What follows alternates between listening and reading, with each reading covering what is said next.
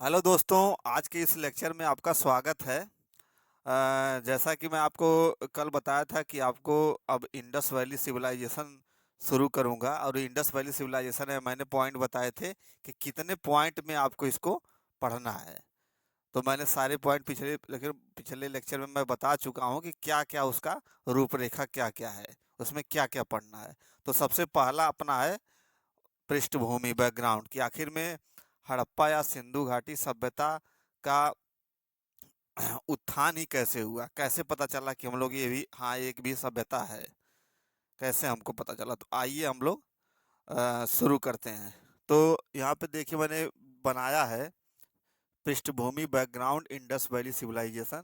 इसका बैकग्राउंड क्या, आखिर में हमको पता कैसे चला। तो यहाँ पे मैंने लिखा है मात्र 100 वर्ष पहले। अब इसका मतलब समझिए, मात्र 100 वर्ष पहले। आज क्या चल रहा है, कौन सा वर्ष चल रहा है? 2024। 2024 चल रहा है, तो 2024 यहाँ लिखिए, 2024। इससे 100 वर्ष पहले तो कितना हो जाएगा? 1924।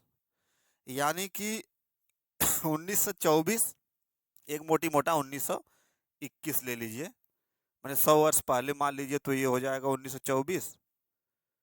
100 वर्ष पहले तो 1921, यानी कि अब एक याद करने के लिए मैंने आपको बताया कि 2024 चल रहा है, 100 वर्ष पहले आप इसको जाएंगे तो भैया हड़प्पा की खोज हो गई थी। ओके, तो 100 वर्ष पहले मतलब 1900 1921।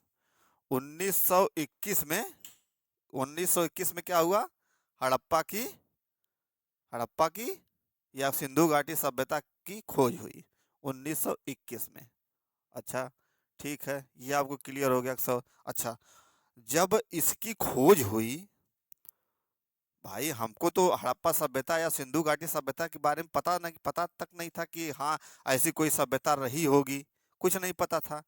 लेकिन इस खोज का परिणाम क्या हुआ भारत की सभ्यता और संस्कृति पे? इस खोज का क्या परिणाम हुआ भाई? हड़प्पा सभ्यता खोजने से पहले, हड़प्पा हड़प्पा सभ्यता हम लोग जब नहीं जानते थे, उसके पहले हम अपनी सभ्यता संस्कृति किसको मानते थे? वैदिक काल से मानते थे, ऋग्वेद से मानते थे कि भाई हमारी जो सभ्यता और संस्कृति है वो ऋग्वेद से है। तो आइए उसको थोड़ा सा मैं अ, उसके माध्यम से समझाता हूँ। थोड़ा सा इसके माध्यम से समझाऊंगा तो लिख के समझाऊंगा, थोड़ा आसानी से होगा समझने में। जैसे ये है आपका, ये आपका मैंने एडीबीसी आपको मैंने बताया था, लेक्चर में बताया था, जाके देख लीजिएगा एडीबीसी क्या है।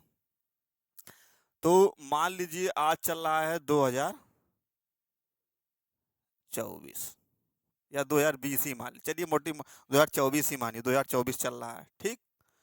अब इसके पहले क्या था? आज के 100 साल पहले किसकी खोज हुई? इंडस वैली सिविलाइजेशन की। आज से 100 साल पहले, एक मोटी मोटा मैं बता रहा हूँ याद करने के लिए, इससे आपको याद रहेगा कि 1924 1921। ओके, अब इसके बाद 2024 में हम लोग मान लिए, तो सबसे पहले हम लोग अपनी सभ्यता और संस्कृति को सबसे पुराना कहाँ मानते थे? वेदों से, ऋग्वेद से, कि हम लोगों का सबसे पुराना सभ्यता और संस्कृति ऋग्वेद से ही स्टार्ट होता है। ओके, तो ऋग्वेद का क्या था टाइम पीरियड? 1500 BC से 600 BC। ये क्या था? ऋग्वैदिक एज, ऋग्वैदिक एज, ठीक। 1500 BC से 600 BC ऋग्वैदिक एज था। और अब हमको हड़प्पा सभ्यता 1921 में हमको पता चली, 1921 में है। 1921 के खोज से पहले हम अपनी सभ्यता से कहाँ मानते थे? ऋग्वेद को मानते थे। यानी कि ये टोटल वर्ष कितना हो गया? एक मोटी मोटा जोड़िए, कितना हो गया? 1500 ये हो गया और 2000 ये हो गया, एक मोटी मोटा, तो कितना हो गया? 3500। यानी कि 3500 वर्ष पहले, 3500 वर्ष पहले हम लोग अपनी सभ्यता को और संस्कृति को 3500 वर्ष पहले मानते हैं कि भैया वहीं से हम लोगों का सारा सिस्टम स्टार्ट हुआ, 3500 वर्ष पहले ऋग्वेदिक से। लेकिन कब कब से मानते थे? 1921 से पहले जब तक हड़प्पा सभ्यता की खोज नहीं हुई थी। भाई हड़प्पा सभ्यता की खोज हुई तभी तो हमको पता चला कि इससे पहले भी कोई सभ्यता थी। इसके पहले तो खोज कब हुई? 1921 में। तो यानी कि 1921 में ही हमको पता चला कि हड़प्पा सभ्यता एक कोई सभ्यता है। तो और हड़प्पा सभ्यता का टाइम पीरियड क्या माना जाता है मैं आपको आगे बताऊंगा, लेकिन टाइम पीरियड उसका क्या माना जाता है?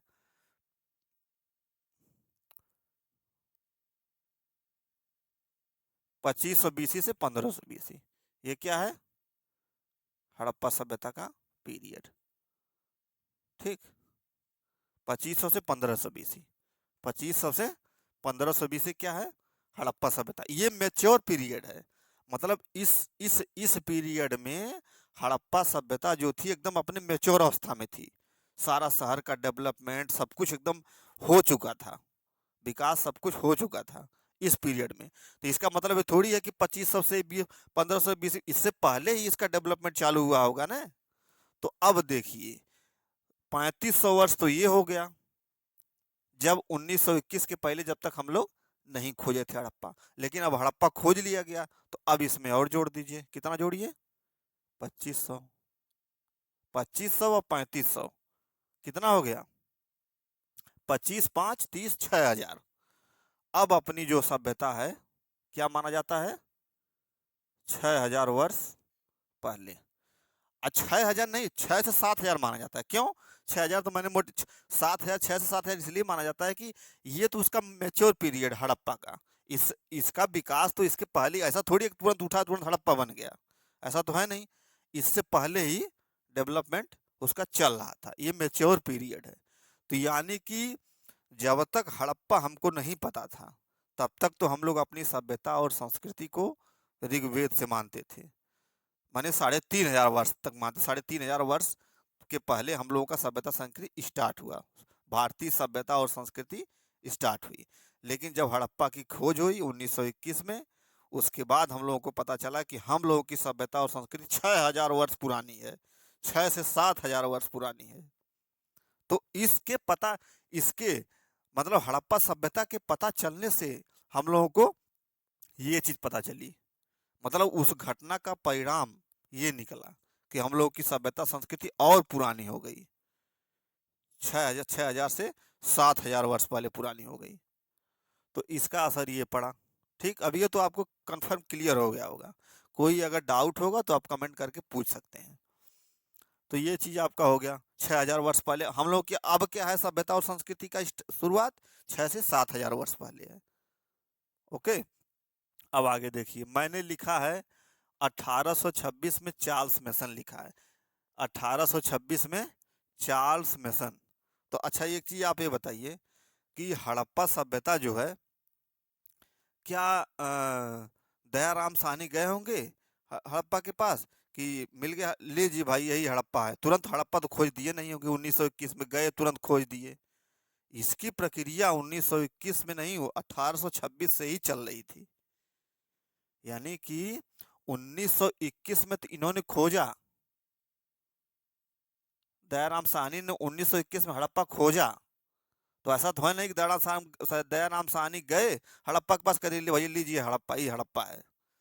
ये प्रक्रिया आपकी चल रही थी 100 वर्ष पहले, इससे भी 100 वर्ष पहले 1826। ये भी लगभग 100 वर्ष पहले ही है। ये भी आप याद कर सकते हैं ऐसे ही। 1900 की थोड़ा 2-4 साल का अंतर है तो मोटी मोटा आपको याद हो जाएगा। यानी कि 1826 में चार्ल्स मेसन ने इशारा किया था टीले की तरफ कि देखिए भाई यहाँ कुछ है। बस इशारा किया, उसके बाद कोई कुछ भी ऐसी घटना नहीं घटी। तो 1826 से ही इसकी शुरुआत हो चुकी थी। लेकिन खोजा कब गया? 100 साल बाद, 1921 में। ओके, अब देखिए अब अगला जो रिमार्क इवेंट है, जो अगला इसमें कैसे घटित, जैसे 1826 से चालू हो गया तो अब धीरे धीरे 10-20 साल तक कुछ नहीं हुआ, ऐसे चलता रहा, खोजते रहे लोग, कुछ पता नहीं चला। फिर आता है अगला इवेंट लॉर्ड डलहौजी की समय। लॉर्ड डलहौजी का, अब लॉर्ड डलहौजी का टाइम पीरियड आप बताइए, जल्दी बताइए। लॉर्ड डलहौजी टाइम पीरियड मैं आपको बताता हूँ, 1848 से 56। लॉर्ड डलहौजी बहुत ही इंपॉर्टेंट है, इसका टाइम पीरियड आपको याद रहना चाहिए। 48 से 56। तो 1848 यहाँ लिख लिख भी मैं देता हूँ। वैसे फैक्चुअल चीज़ें तो बहुत मिल जाएंगी आपको, यूट्यूब पे तमाम चीज़ें मिल जाएंगी कि इसका टाइम पीरियड क्या है, क्या सब कुछ मिल जाए। तो 1848 से 56 के बीच लॉर्ड डलहौजी का टाइम पीरियड है। लॉर्ड डलहौजी के टाइम पीरियड में क्या हुआ, अलेक्जेंडर कनिंघम ने लिखा, इसके बारे में समझिए क्या हुआ था। लॉर्ड डलहौजी के टाइम पीरियड में कराची से कराची से लाहौर की तरफ क्या बिछाई जाती थी, रेलवे लाइन बिछाई जा रही थी।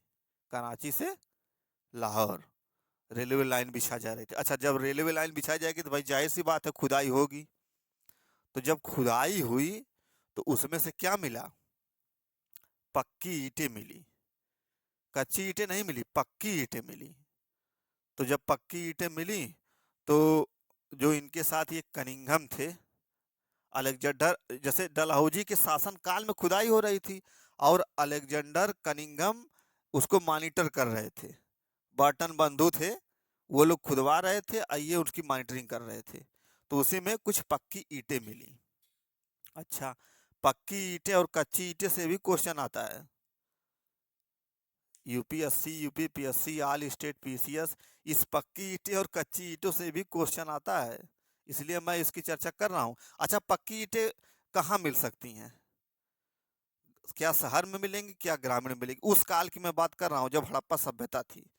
वर्तमान में तो शहर शहर और गांव सभी जगह मिल रही हैं, लेकिन उस काल में एक सामान्य जनरल फिनोमेना, एक सामान्य समझिए कि ज़्यादातर जो पक्की ईंटें होती हैं शहरों में होती हैं पहले, अब तो हर जगह मिल रही हैं, और कच्ची ईंटें जो है तो गांव में यूज की जाती थी। तो यानी कि शहर, यानी कि कितनी बड़ी सभ्यता रही होगी वो, उस समय पक्की ईंटें मिली हैं, कितना बढ़िया डेवलपमेंट रहा होगा उसका, हड़प्पा सभ्यता का।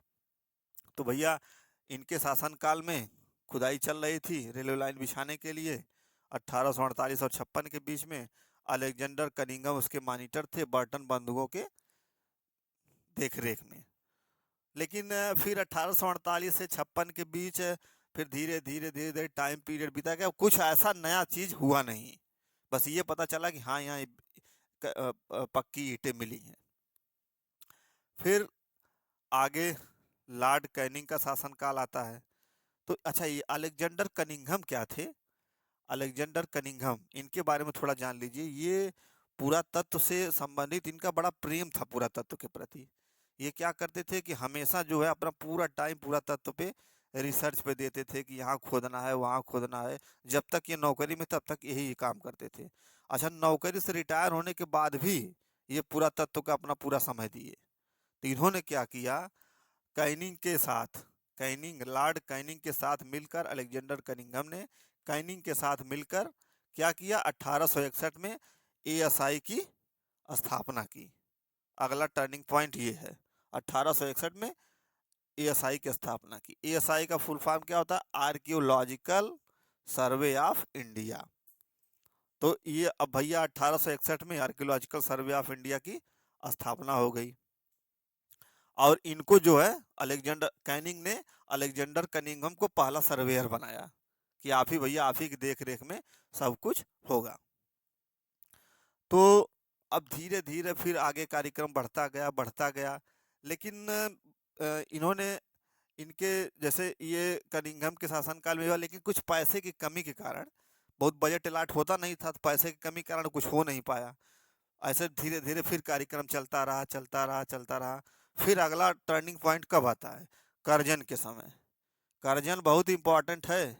करजन ने ही बंगाल का विभाजन किया था, और करजन ने तमाम कमीशन बनाए, आयोग बनाए। जब मॉडर्न हिस्ट्री में आपको बताऊंगा तो इन्होंने तमाम कमीशन, तमाम आयोग बनाए हैं। अच्छा, करजन ने क्या किया कि एक उन्होंने कर, अच्छा जब 1861 में एएसआई की स्थापना हो गई तो ये मान लीजिए भारत का नक्शा है। तो इसमें क्या हुआ कि छोटे छोटे स्थलों में, छोटे छोटे जगहों पे अलग अलग सर्वेयर अपना पुरातत्व के बारे में सर्वेक्षण कर रहे थे। 1861 में ही जब अस्थाई की स्थापना हो गई तो अलग अलग अपना सब लोग अलग अलग कर रहे थे। तो करजन ने क्या किया, जब करजन आया तो इन सबको सेंट्रलाइज कर दिया, इन सबका एक बना दिया। अब बना के क्या बनाया उन्होंने, प्राचीन स्मारक संरक्षण अधिनियम एक बनाया और सबको सेंट्रलाइज करके इसका एक डीजी बना दिया, डायरेक्टर जनरल, महानिदेशक पद एक सृजित किया।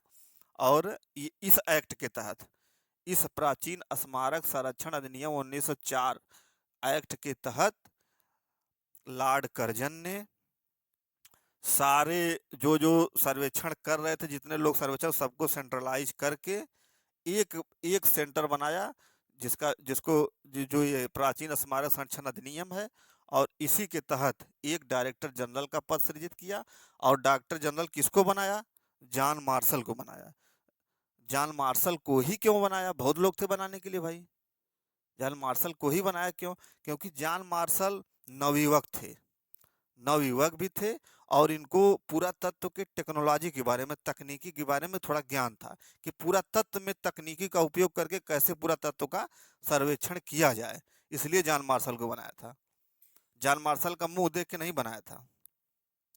तो कर्जन ने जॉन मार्शल को प्राचीन स्मारक संरक्षण अधिनियम के तहत एएसआई का डीजी बना दिया, डायरेक्टर जनरल बना दिया, महानिदेशक जिसको कहते हैं। ठीक। अब धीरे धीरे धीरे धीरे फिर खुदाई चालू हुई, करते करते करते करते फिर 1900, अच्छा, जॉन मार्शल, देखिए इनका टाइम पीरियड मैंने लिख दिया है, 1902 से 1928 इनका टाइम पीरियड मैंने लिख दिया है, 1902 से 1928। अच्छा, कर्जन थोड़ा ये था ना, कर्जन ने क्या किया कि ये संरक्षण अधिनियम भी बनाया, ठीक, और पूरा तत्व के लिए 50,000 पाउंड अलॉट भी किया कि भैया पूरा तत्व पे 50,000 पाउंड आप खर्च करिए। तो ये रिमार्क इवेंट है, ये बहुत ही रिमार्क इवेंट है। इसको रिमार्क मतलब बहुत ही इंपॉर्टेंट पॉइंट है ये, कि कर्जन जॉन मार्शल को डीजी बनाया, किस अधिनियम के तहत? प्राचीन अधिनियम 1904 के तहत। जॉन मार्शल को ही क्यों बनाया मैंने आपको बताया। तो जॉन मार्शल लंबे समय तक थे महानिदेशक, लंबे समय तक थे, 1902 से 1928। इन्हीं जॉन मार्शल के ही टाइम पीरियड में दयाराम साहनी ने हड़प्पा की खोज की 1921 में। जस्ट उसके अगले साल मोहनजोदड़ो की खोज 1922 में राखाल दास बनर्जी के द्वारा 1922 में मोहनजोदड़ो की खोज हुई। 21 में या 22 में ये खोज हुई। तो कर्जन जो है ये अधिनियम बना के प्लस 50,000 पाउंड भी दे दिया कि भैया लीजिए, अब इसमें आप आगे बढ़ाइए, खोजिए क्या है, जब पक्की ईंटें मिली तो क्या क्या उसके आगे हुआ। तो तो कैसे कैसे आपका हड़प्पा मिला आपको, कैसे कैसे कि 1826 में चार्ल्स मेसन ने इशारा किया कि भैया वो टीला है। फिर डलहौजी के शासनकाल में लाइन पड़ रही थी, फिर वहाँ पे कुछ हुआ, फिर धीरे धीरे फिर कनिंघम और कैनिंग मिल के एएसआई की स्थापना करते हैं। फिर एएसआई धीरे धीरे चलता है, ऐसा टाइम बीतता है, पैसे की बजट की वजह से समय निकलता गया। फिर कर्जन आता है, तो कर्जन के शासनकाल में प्राचीन स्मारक संरक्षण अधिनियम के तहत एक डायरेक्टर जनरल बनाया जाता है, और जितने भी लोग सर्वेयर रहते हैं उनको सेंट्रलाइज करके, केंद्रीकृत करके एक महानिदेशक के अंतर्गत कर दिया जाता है, और 50,000 पाउंड अलॉट किया जाता है। फिर इसके बाद धीरे धीरे धीरे धीरे जॉन मार्शल को ही क्यों चुना गया? क्योंकि ये पूरा तत्व के तकनीकी में, पूरा तत्व में तकनीकी से कैसे उपयोग करना है उसके बारे में, प्लस नवयुवक भी थे, इसलिए इनको बनाया गया। फिर हड़प्पा 1921 में हड़प्पा की खोज की दयाराम साहनी ने, इन्हीं के शासनकाल में। 1922 में मोहनजोदड़ो की खोज हुई इन्हीं के शासनकाल में। तो इस प्रकार से हमको हड़प्पा का स्थल मिला। और आगे मैंने लिखा है कि आज़ादी तक 40 स्थल। अच्छा, आज़ादी तक का मतलब क्या? 1921 से और 1947 तक, यानी कि भाई मेन काम तो 1921 से ही चालू हुआ ना, इसके पहले तो हमको कुछ पता नहीं था। तो 1921 से और 1947 तक कुल कितने स्थल खोजे गए थे? 40 स्थल खोजे गए थे, और सारे स्थल सिंधु नदी घाटी किनारे मिले। सारे स्थल सिंधु नदी घाटी किनारे मिले हैं। अच्छा, ये चीज़ आपको समझ में आ रही है कि नहीं आ रही है? नहीं अगर आ रही है तो आप कमेंट करिए, जो भी क्वेश्चन अगर फंस रहा है। ये मैं आपको एक अलग तरीके से बता रहा हूँ, बाकी तो यूट्यूब पे तमाम वीडियो, तमाम चीज़ें मिल जाएंगी। रटिए चलिए भाई कि हड़प्पा कब किया, ये कब किया, वो कब किया, तमाम चीज़ें हैं। तो आज़ादी तक 40 स्थल मिले सिंधु नदी घाटी के किनारे, और फिर आज़ादी के बाद हजारों स्थल मिले सरस्वती नदी घाटी किनारे। अच्छा, ये सरस्वती नदी घाटी अभी है कि नहीं वर्तमान में? थोड़ा सा एक क्वेश्चन मैं आपसे पूछता हूँ, सोच के बताइएगा। सरस्वती नदी घाटी है? सरस्वती नदी है अभी? सरस्वती नदी नहीं है। इसको बताया जाता है कि इसकी घाटियां में कुछ कुछ है, सर्वेक्षण किया गया तो बताया जाता है कि इसका थोड़ा बहुत बचा है, बाकी सरस्वती नदी वर्तमान में नहीं है। तो आज़ादी के बाद हजारों स्थल खोजे गए और आज़ादी तक 40 स्थल खोजे गए। अच्छा, अच्छा, अब क्या हुआ भैया? हड़प्पा तो मिल गया, हड़प्पा भी मिल गया, मोहनजोदड़ो भी मिल गया, सिंधु नदी घाटी के किनारे स्थल तमाम मिले, सरस्वती नदी घाटी के स्थल तमाम मिले। तो भैया जब हड़प्पा पैदा हो गया, सिंधु नदी घाटी के किनारे या सरस्वती नदी घाटी के किनारे पैदा हो गया, तो जब कोई बच्चा पैदा होता है तो उसका नाम भी रखना चाहिए। कि नाम कैसे रखेंगे, नाम क्या रखा जाए? तो तो अब जैसे सिंधु नदी घाटी के किनारे 40 स्थल प्राप्त हुए, सरस्वती नदी घाटी के किनारे हजारों स्थल प्राप्त हुए, लेकिन अब मामला ये फंसा कि भैया हड़प्पा तो मिल गया, सिंधु घाटी नदी के किनारे हड़प्पा या वो सब तमाम स्थल मिले, लेकिन नाम क्या रखा जाए? इस बात को लेकर इतिहासकारों में विवाद उत्पन्न हो गया कि भैया अब नाम क्या रखा जाए। जैसे कोई बच्चा पैदा होता तो नाम तो रखे, तो ऐसे हड़प्पा भी पैदा हुआ, भाई पैदा तो हुआ। हमको तो 1921 के पहले पता नहीं था, हम लोग अपनी सभ्यता मानते थे ऋग्वेद, ऋग्वेद से हमारी सभ्यता स्टार्ट होती है। तो अब इसको नामकरण के लिए इतिहासकारों में विवाद हुआ, किसका उपयुक्त नाम क्या रखा जाए। कोई कहता था कि भाई सिंधु नदी के किनारे मिला, सिंधु नदी रख दिया, सिंधु नदी, सिंधु घाटी सभ्यता रखा जाए। कोई कहता था कि भाई सरस्वती नदी के, आज़ादी तक तो हमको सिंधु नदी पता था, किसके नदी के किनारे 40 स्थल मिले, लेकिन आज़ादी के बाद सरस्वती नदी में बल्कि हजारों स्थल मिल गए। तो कुछ लोग वैज्ञानिक कहने लगे भैया सरस्वती नदी घाटी सभ्यता रखिए, तो कुछ लोग कहे नहीं सिंधु नदी रखिए। इस तमाम चीज़ों को लेकर विवाद उत्पन्न हो गया, नामकरण को लेकर विवाद उत्पन्न हो गया। अब मैं नामकरण तो अभी नहीं बताऊंगा, नामकरण आपको मैं अगले लेक्चर में बताऊंगा कि नामकरण आखिर इसका नामकरण कैसे हुआ। तो आपसे मिलते हैं अगले लेक्चर में। Thank you.